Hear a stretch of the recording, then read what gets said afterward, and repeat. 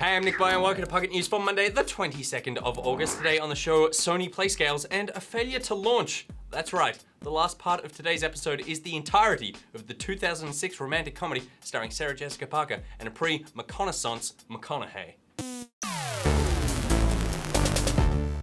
Alright, here's what's been making headlines over the weekend, and it looks like the PlayStation 4 is getting a slimmed down version to rival the Xbox One S. Images surfaced on auction site Gumtree when a UK man posted the skinny PS4. The listing has since been removed, but not before the images were salvaged by the greater internet, and since the initial leak images have started popping up all over the place. And I gotta say, I'm not a fan of the look. Softer edges, the matte finish, and a more pronounced center groove make it look more like a cheap set of scales from Toys R Us than a machine designed to melt my eyeballs by rendering the sickest graphics known to man. Did Toys R Us even sell scales? Also, the PS4 was already pretty skinny, so this one isn't really saving you that much space. These pics, which appeared on NeoGAF, show off a pretty insignificant size difference. Sony is yet to officially announce the Slim and may hold off until their planned event on the 7th of September. I think they might follow Microsoft's lead here and announce both the Slim and the PlayStation 4.5 at the same event, but the Slim comes out next month and the 4.5 comes out next year, making everyone disappointed and confused. Moving on, and last week it became clear that Destiny's PlayStation exclusivity deal would be changing with the upcoming Rise of Iron expansion.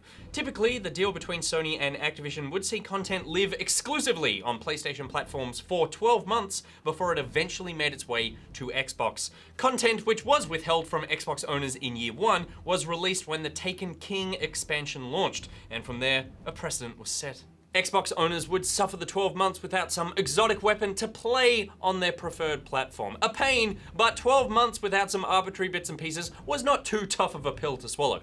24 months though. Oh, that's a bigger pill. With the upcoming Rise of Iron expansion set to drop on the 20th of September for PS4 and Xbox One, it was expected that the Xbox version of the game would be brought back to par with the PlayStation version once more. But that's not the case this time. Exclusive weapons, strike missions, multiplayer maps, and other content are being held back until next year, possibly as late as the third quarter. Activision technically hasn't deceived the Xbox crowd, as their wording has always stipulated that the timed exclusivity on the latest batch of content was at least a year. But by leaving them in the dark, they've made a lot of Destiny players pretty unhappy. Exclusivity really sucks, particularly for an MMO like Destiny, which can only benefit from cross-platform play. I really hope those giant Sony dollars are worth tearing apart the community, Activision. And if you feel like punching something after that last story, might I suggest the Dragon Ball Xenoverse 2 open beta? The full title is coming out in a couple of months, but angry people will be able to release their tension sooner.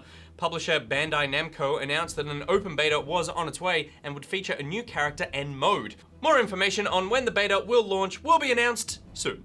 Already announced was the following. Game Freak has a new 2D action puzzler on the way called Giga Wrecker.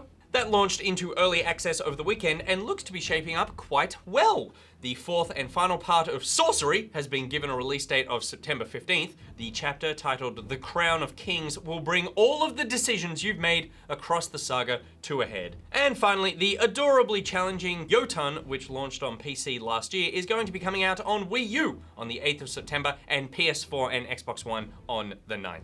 All right, now it's time for Thing of the Day. It's time for something a little more mellow. Stereotypical borderline racist Indian music. How beautiful is this?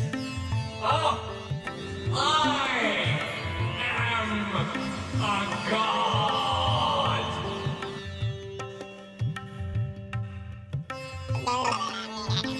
John. Sam. Pete.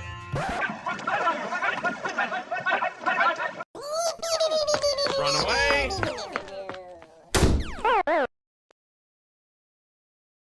The joy of Star Citizen is setting out into the great expanse of space, but getting out there can be challenging.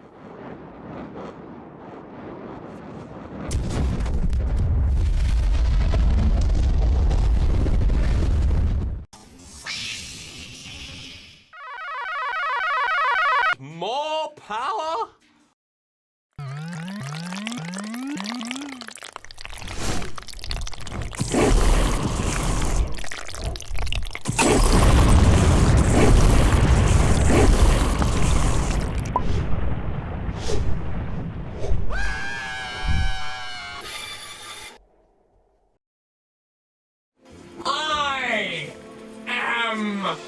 for soil fertility.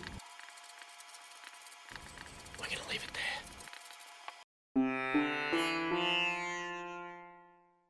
Alright, that's it for the news today. My Pucketeers this afternoon on our YouTube channel. We've got This Week in Games coming, so if you want to know what's coming out, all the games are in that video. Well, not all the games. I drop some of the crap ones, but I leave some of the other crap ones in just to make fun of them. And also, just to let you know, our live streams that we usually do on Tuesdays and Thursdays, while I'm doing Good Game, my schedule has become way more packed, so we're gonna do those on Wednesdays. So it's gonna be one a week on Wednesdays, 3 p.m. to 5 p.m. Australian Eastern Standard Time. So come along to that. I want you to come to these live streams and talk to me. I crave your questions. I crave just communication with the outside world, because I'm trapped in here with these two bozos. I need something else. And other people also stream. Some of those people are Pocketeers, and you can find them on the Pocketeers Facebook group and Steam group. There are links to everything I just said in the description below today's Thing of the Day graphic, and it was a very, very, very, very, very, very, very good one comes in from Murph. If you've made a thing, please send it in. Until we next assemble my Pocketeers, think bye out. Mwah! I am great for soil fertility. Makes me laugh every time.